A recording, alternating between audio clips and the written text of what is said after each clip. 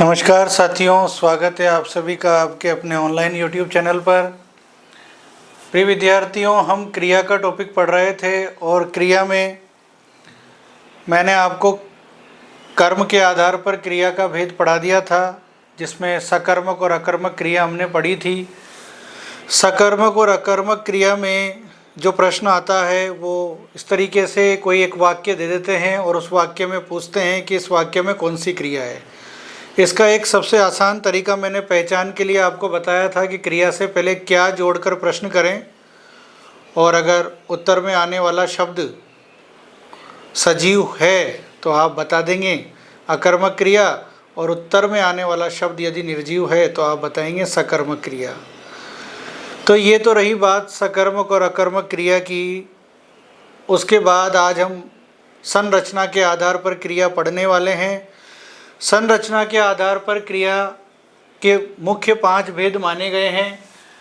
पहला प्रेरणार्थक क्रिया, दूसरा पूर्वकालिक क्रिया, तीसरी संयुक्त क्रिया, चौथी नाम धातु क्रिया और 5वीं है कृदंत क्रिया। संरचना के आधार पर मुख्य रूप से ये 5 भेद माने जाते हैं क्रिया के, और परीक्षाओं में इनमें से भी कोई भी भेद पूछा जा सकता है। तो हम सबसे पहले आज संरचना के आधार पर क्रिया में प्रेरणार्थक क्रिया पढ़ने वाले हैं। करते हैं शुरुआत। प्रेरणार्थक क्रिया। प्रिय विद्यार्थियों, जैसा कि नाम से स्पष्ट है, प्रेरणार्थक। अब प्रेरणार्थक क्रिया क्या होती है आप सबसे पहले समझेंगे।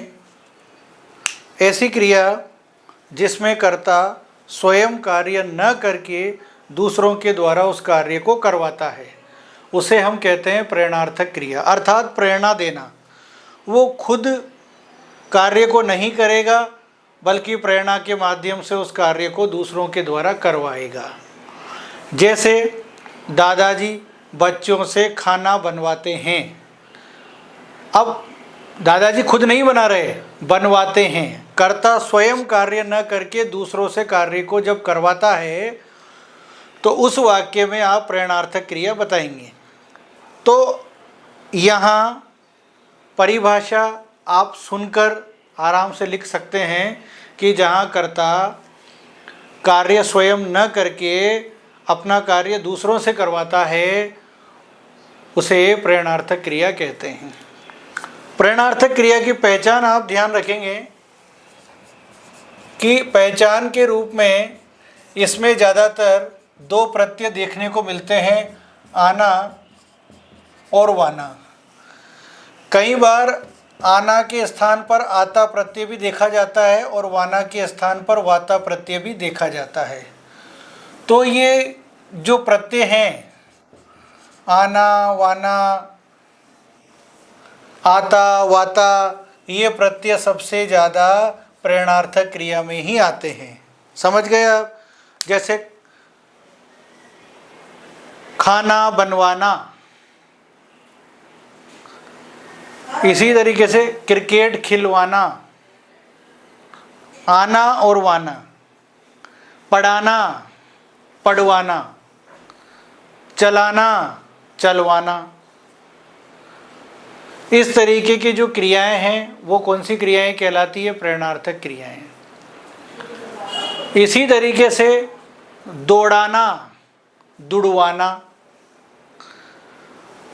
ये आना और वाना जो प्रत्यय है, ये जब जुड़ जाता है तो वहाँ आप बताएंगे प्रेरणार्थक क्रिया।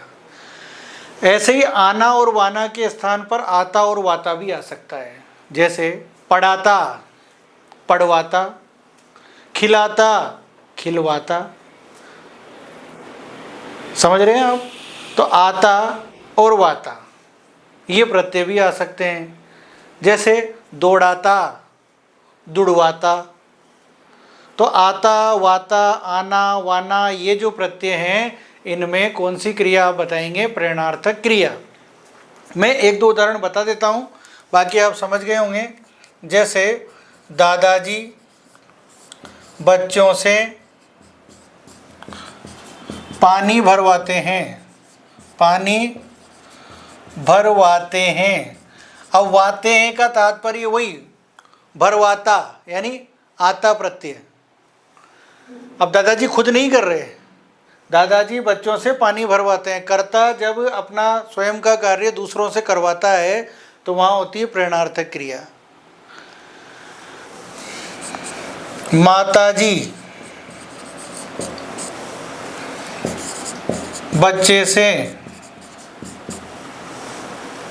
खाना बनवाती है, खाना बनवाती है। तो यहाँ पर कर्ता स्वयं अपना कार्य न करके वो कार्य दूसरों के द्वारा करवा रहा है, तो क्रिया कौन सी हो जाएगी? प्रेरणार्थक क्रिया। और आता, वाता, आना, वाना ये जो प्रत्यय हैं ये प्रेरणार्थक क्रिया में ही आते हैं। जैसे मैं कुछ शब्दों को लिखकर दिखा देता हूँ, उस शब्दों के तात्पर्य से भी आप समझ जाएंगे। जैसे दौड़ाना आना प्रत्यय, दुड़वाना आना प्रत्यय, आना और वाना, दौड़ाना आना प्रत्यय, दुड़वाना वाना प्रत्यय। इसी प्रकार पढ़ाता, पढ़वाता, आता और वाता प्रत्यय। तो ये आना प्रत्यय, ये वाना प्रत्यय, ये आता प्रत्यय और ये वाता प्रत्यय और इन्हीं पे आधारित है ये शब्द। भरवाता या भरवाते, बनवाता या बनवाती, इन्हीं प्रत्ययों पर आधारित है ये शब्द। तो जहाँ भी आपको ये वाक्य में समझने का मौका मिले कि कर्ता अपना काम स्वयं न करके दूसरों से कार्य करवाता है, तो आप बिना किसी पहचान के भी उत्तर बता सकते हैं प्रेरणार्थक। और जब आपको वाक्य में कहीं समझने में दिक्कत आ रही है, थोड़ा सा डाउट में है, तो ये पहचान याद रखना कि आना, वाना, आता, वाता ये प्रत्यय जुड़े हुए हों तो सबसे ज़्यादा संभावना प्रेरणार्थक क्रिया की ही बनती है। बहुत आसानी से आप समझ गए होंगे कि जब कर्ता स्वयं अपना कार्य न करके दूसरों से कार्य करवाता है तो वहाँ प्रेरणार्थक क्रिया होती है। प्रेरणार्थक क्रिया में आना, वाना, आता, वाता प्रत्यय जुड़े रहते हैं। तो ये था पहला भेद। मैंने जितना मुझे समझ में आया उतने अच्छे से आपको समझा दिया। और परीक्षा में प्रश्न ऐसे ही आते हैं ताकि आप देखकर भी उनको सही कर सकते हैं। बस आपको एक बार ये टॉपिक पढ़ना चाहिए, जब पढ़ लिया तो प्रश्न गलत नहीं होगा। अगले भेद पर चलते हैं। प्रेरणार्थक क्रिया के बाद दूसरा भेद कौन सा है? पूर्वकालिक क्रिया का हम भेद पढ़ने वाले हैं। दूसरा पूर्वकालिक क्रिया का भेद हम पढ़ने वाले हैं।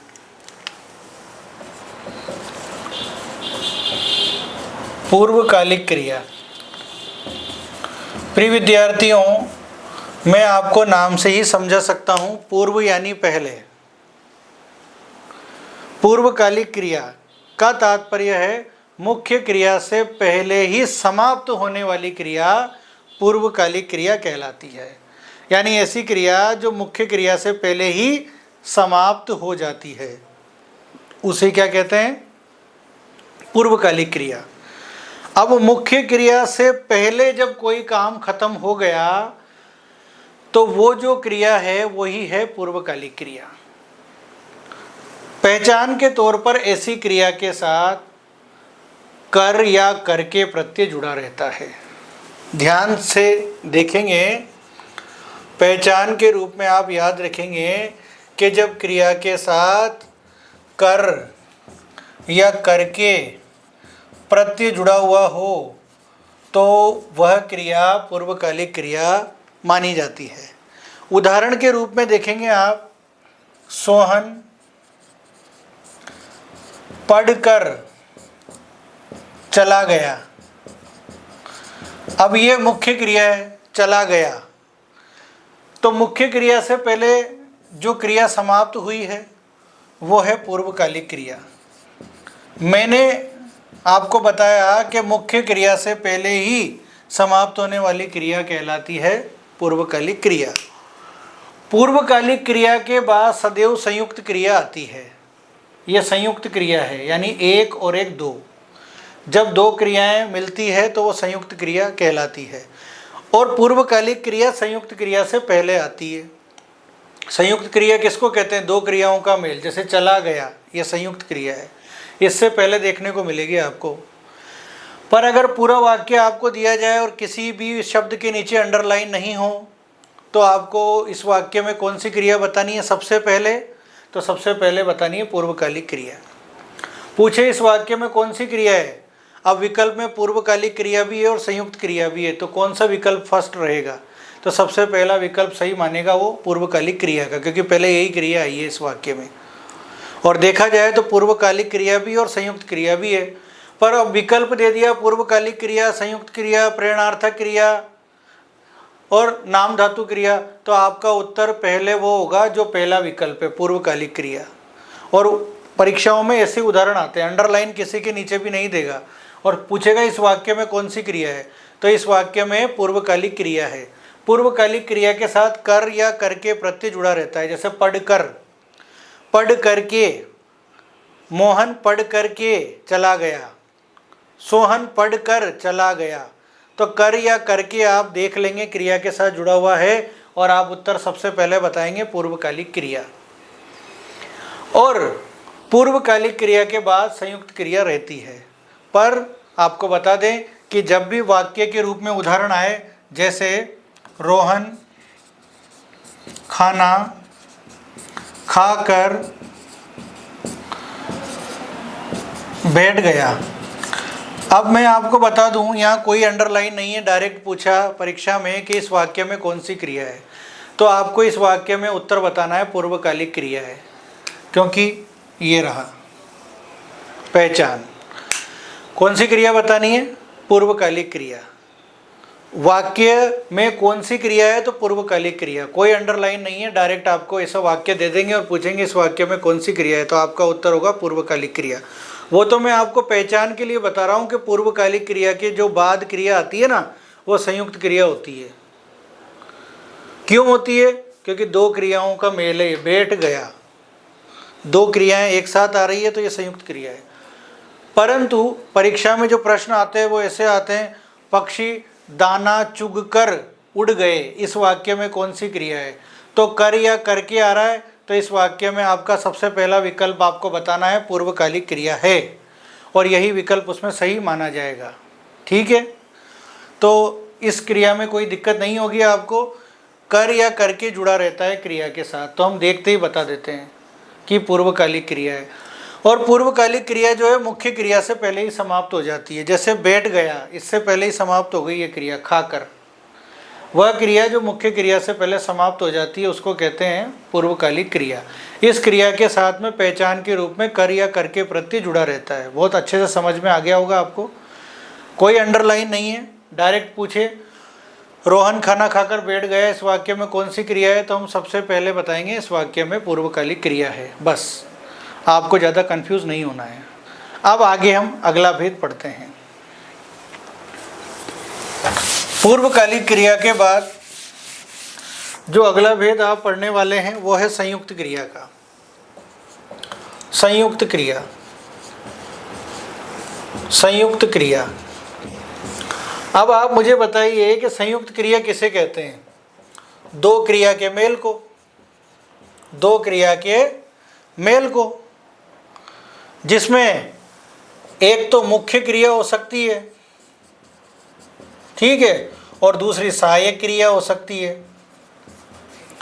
परंतु आप इतना नहीं सोचेंगे, आप तो ये देखिए कि दो क्रियाओं के मेल को क्या कहते हैं? संयुक्त क्रिया कहते हैं। दो शब्द लिखे रहेंगे क्रिया के, जैसे चला गया, बैठ गया, खा लिया।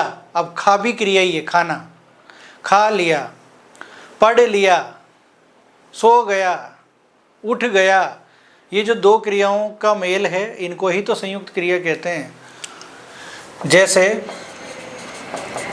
रोहन विद्यालय चला गया, तो यहाँ कौन सा मेल बन रहा है? ये चला गया। तो इस वाक्य में कौन सी क्रिया है? संयुक्त क्रिया, क्योंकि यहाँ दो क्रियाओं का मेल है। वह आ गया, ये दो क्रियाओं का मेल है। आ का मतलब आना, ये भी तो क्रिया ही है। और गया, ये भी क्रिया, ये दो क्रियाओं का मेल है। पक्षी उड़ गए, ये दो क्रियाओं का मेल है। उड़ गए, जहाँ भी दो क्रियाओं का मेल होता है वहाँ संयुक्त क्रिया बताते हैं, सबसे आसान है। और दो क्रियाओं का मेल देखते ही आपको बता देना है संयुक्त क्रिया है। और पूर्वकालिक क्रिया किसे कहते हैं? जहाँ कर या कर के प्रत्यय जुड़ा हुआ हो। वह दूध पीकर चला गया, पीकर। वह खाना खाकर सो गया, खाकर। जबकि इनमें दो क्रियाएं दिखती है बस। वह आ गया, दादाजी चले गए, मोहन बैठ गया, सोहन पढ़ने लगा, पढ़ने लगा। दो क्रियाओं का मेल। जब दो क्रियाएं एक साथ हो तो वहाँ बताएंगे आप संयुक्त क्रिया, सबसे आसान। आगे देखते हैं।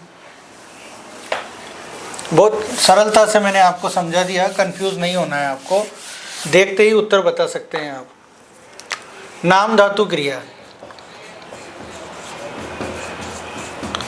अब नाम धातु क्रिया क्या होती है? ये वास्तव में मूल क्रिया नहीं होती। ये क्रिया संज्ञा, सर्वनाम और विशेषण से बनी हुई होती है। अब जो मूल क्रिया होती है वो तो आप समझ जाएंगे, खाना पीना, दौड़ना, खेलना, कूदना, ये है मूल क्रियाएं। यानी ये क्रियाएं जो मूल धातुओं से बनी है, ये तो हमें समझ में आ जाती है। चलना फिरना, दौड़ना, उठना, ये क्रिया ही है। पर जैसे अपना, ये सर्वनाम है। अब इससे क्रिया मैंने बनाई अपनाया, तो ऐसी क्रिया जो मूल क्रिया नहीं है वो किससे बनी है? संज्ञा, सर्वनाम या विशेषण से। ऐसा क्रिया का शब्द जो किससे बना है? संज्ञा, सर्वनाम या विशेषण से। तो वह क्रिया कौन सी कहलाती है? नाम धातु। मैं दो चार उदाहरण लिख के बता देता हूँ आपको बहुत अच्छे से। जैसे अपना, अपना। अब अपना से मैंने बनाया अपनाना। अब ये अपना क्या था? यह सर्वनाम। तो ऐसी क्रिया जो संज्ञा, सर्वनाम, विशेषण से बनती है। हाथ। अब हाथ क्या है? संज्ञा।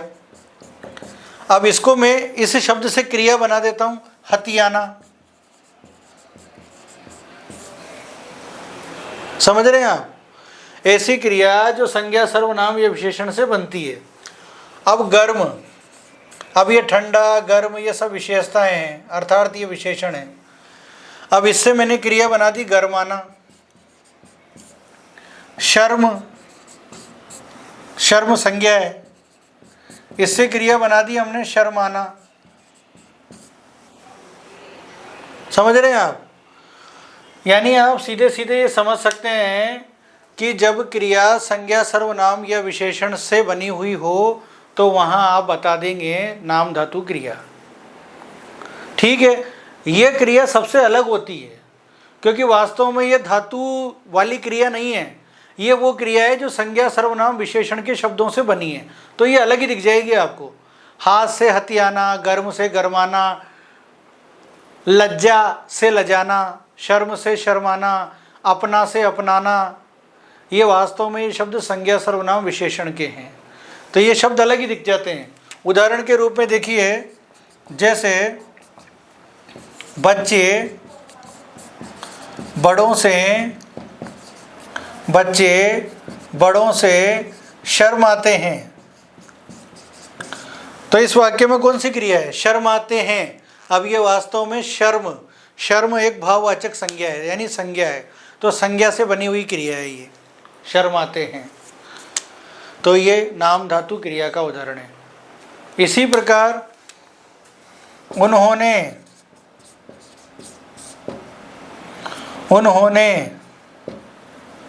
हमें अपनाया।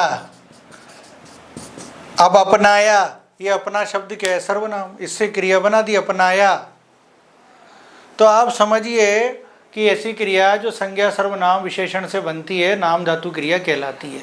जैसे हाथ से हथियाना, अपना से अपनाना, गर्म से गरमाना, शर्म से शर्माना, लज्जा से लजाना, ऐसे शब्द इसमें आते हैं। बिल्कुल अलग है, पहचान में आ जाती है क्योंकि इससे पहले वाली क्रिया हमें अच्छे से पता है।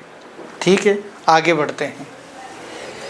कृदंत क्रिया, जो अगली क्रिया है वो है कृदंत क्रिया। पांचवा जो भेद है, अंतिम भेद है कृदंत क्रिया। अब ये कृदंत क्रिया क्या है? ये कृदंत क्रिया उस क्रिया को कहते हैं जो धातु से बनती है। आपको मैंने सबसे पहले बताया होगा धातु क्या होती है। जब क्रिया के अंत में से ना या ता हटा दें तो बचा हुआ शब्द क्या कहलाता है? धातु। तो कृदंत क्रिया के अर्थ में मैं आपको वही बता रहा हूँ, धातु से बनने वाली क्रिया। जैसे चल से चलना, खा से खाना, दौड़ से दौड़ना। तो ज़्यादातर वह क्रियाएं जो ना या ता प्रत्यय से जुड़ी हुई है उन क्रियाओं को कहते हैं कृदंत क्रिया। जैसे चल से बनी चलना, दौड़ से बनी दौड़ना। यानी आप समझेंगे ना या ता प्रत्यय जिन क्रियाओं में जुड़ा हुआ है ज़्यादातर वो कृदंत क्रिया कहलाती है, जो किससे बनती है? धातु से। पढ़ से पढ़ना या पढ़ता, तो ये कौन सी क्रिया हुई? ये कृदंत क्रिया है जो धातु से बनती है। इसी प्रकार चल से चलना या चलता, दौड़ से दौड़ना या दौड़ता। अब अगर इनके पीछे से ना या ता प्रत्यय हटा दूं तो ये धातु बच जाएगी, और धातु में ना या ता जोड़ दूं तो जो शब्द बनेगा वो पूरा शब्द बनेगा कृदंत क्रिया का। कृदंत क्रिया का, जिनमें ना और ता प्रत्यय जुड़ा रहता है, ज़्यादातर वो शब्द कहलाते हैं कृदंत क्रिया के। अब बताइए इसमें क्या दिक्कत है आपको? ये पांचों भेद मैंने आपको बहुत आसानी से समझा दिए। कृदंत क्रिया का तात्पर्य सीधे सीधे समझे, जिन क्रिया के अंत में ना या ता प्रत्यय जुड़ा हुआ हो। पढ़ना, खेलना, कूदना, हंसना, ये जो मूल धातु से बने हुए क्रिया के शब्द हैं, पढ़ना, खेलना, खाता, पीता, ये सब कृदंत क्रिया है। अर्थात जो क्रिया के शब्द हैं पूरे पूरे, इन पूरे क्रिया के शब्दों को ही कृदंत क्रिया कहते हैं।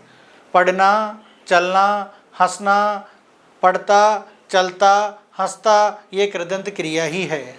समझ गए आप? तो कृदंत क्रिया तो बहुत आसान है, ना और ता प्रत्यय वाले ज़्यादातर क्रिया के शब्द कृदंत क्रिया के ही होते हैं। ठीक है, ये थे 5 भेद संरचना के आधार पर। अब जो अगली क्लास में हम पढ़ेंगे वो काल के आधार पर क्रिया पढ़ेंगे। तो इससे पहले वाले वीडियो में सकर्मक अकर्मक क्रिया भी मैंने आपको बहुत अच्छे से समझाई थी, और उतने ही साधारण तरीके से मैंने ये 5 भेद बताए। बस आप वीडियो को ऐसे ही अपने दोस्तों के साथ शेयर करते रहें, और चैनल को सब्सक्राइब करें, और वीडियो को लाइक करते रहें।